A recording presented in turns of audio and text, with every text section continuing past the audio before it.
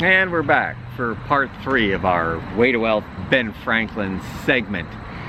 I want to just try to wrap this up with a few things that you guys had. Back to Jacob here. Jacob talks a little bit about billionaires and how much we look up to and admire them, and that is true. So many of us dream of being rich, right? People do stupid things like buy lottery tickets when you have almost no chance of winning. And even if you do, the outcome is probably going to be bankruptcy, right? A lot of people win millions of dollars and they're worse off in a couple years than they were the day they bought the ticket. But these super wealthy people that we want to hear about, celebrities that we're fascinated with, so few of us aspire to economic equity, equality, even a system that promotes it. But we just think this idea of being super rich is somehow good, and it's not. Now on top of this, and this is gonna sort of bring us to Thoreau in a month or so, heck, even if you buy all kinds of stuff, a big house, fill it with stuff, got multiple cars, even if you can afford it, it doesn't bring happiness, right? There's no happiness in things. Happiness is relationships with family, friends, pets, living things, plants, living things, not inanimate objects. So even if you can get lots of stuff and still have money in the bank, what does it get you? Nothing, right? It doesn't fill your heart at all. It doesn't fill your heart at all. It fills your house and a storage unit.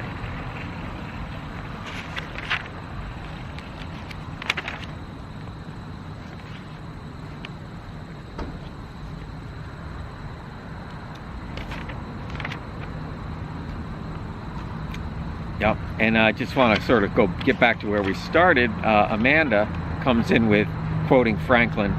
We are taxed twice as much by our idleness, 3 times as much by our pride. So we're taxed by our idleness when we could be doing something useful. And it doesn't have to be working and making money. Heck, in the month of June, I spent a lot of time putting a nice walkway in front of my house. I could have paid somebody like $2,500, $3,000 to do it. I did it myself for like $700 in materials. That was a good use of my time, right? And it increased the value of my home. And if we sell it in a few years, this nice blue stone walkway, well, you know, we'll be good. So my idleness, I could have paid somebody and watched them do it, but that would be terrible.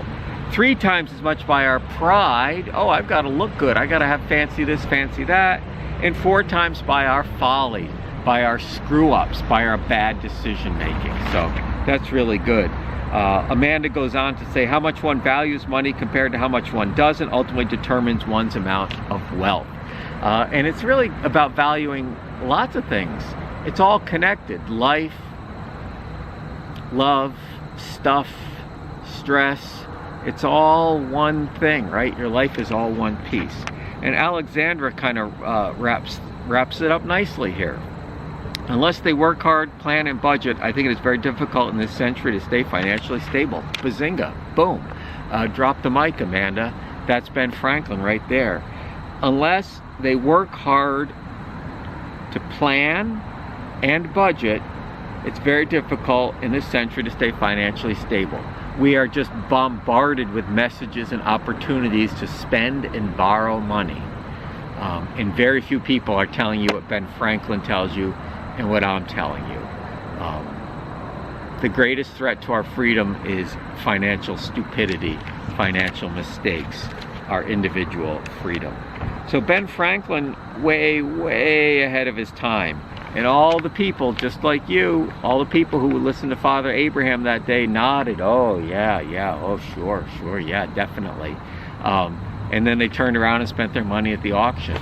And you know what I'm gonna do after this? I'm gonna go to the post office and I'm gonna pick up a $28 cat scratching post I bought on Amazon.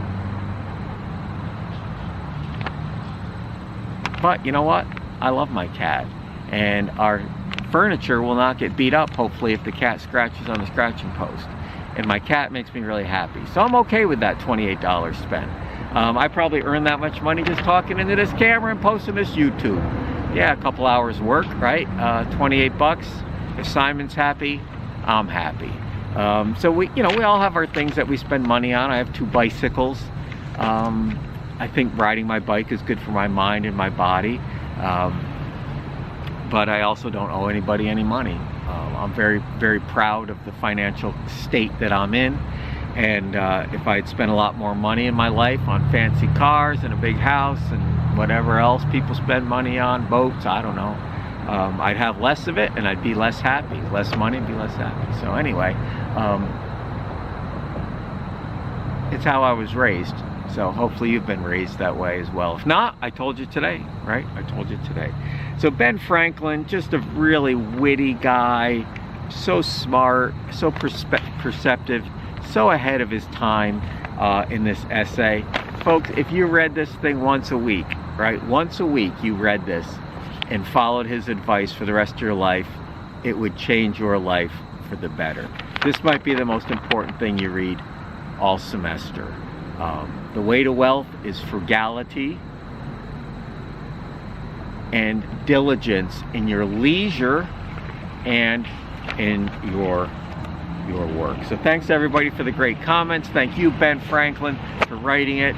And thank you guys for being such a great class. Thank you, Ocean State Job Lot, for being the backdrop for my talk today in the Bank of Greene County. And thanks for spending some time in my neighborhood. See you around, everybody. Just a quick follow-up. There's the cat. The scratching post has arrived. Some assembly required.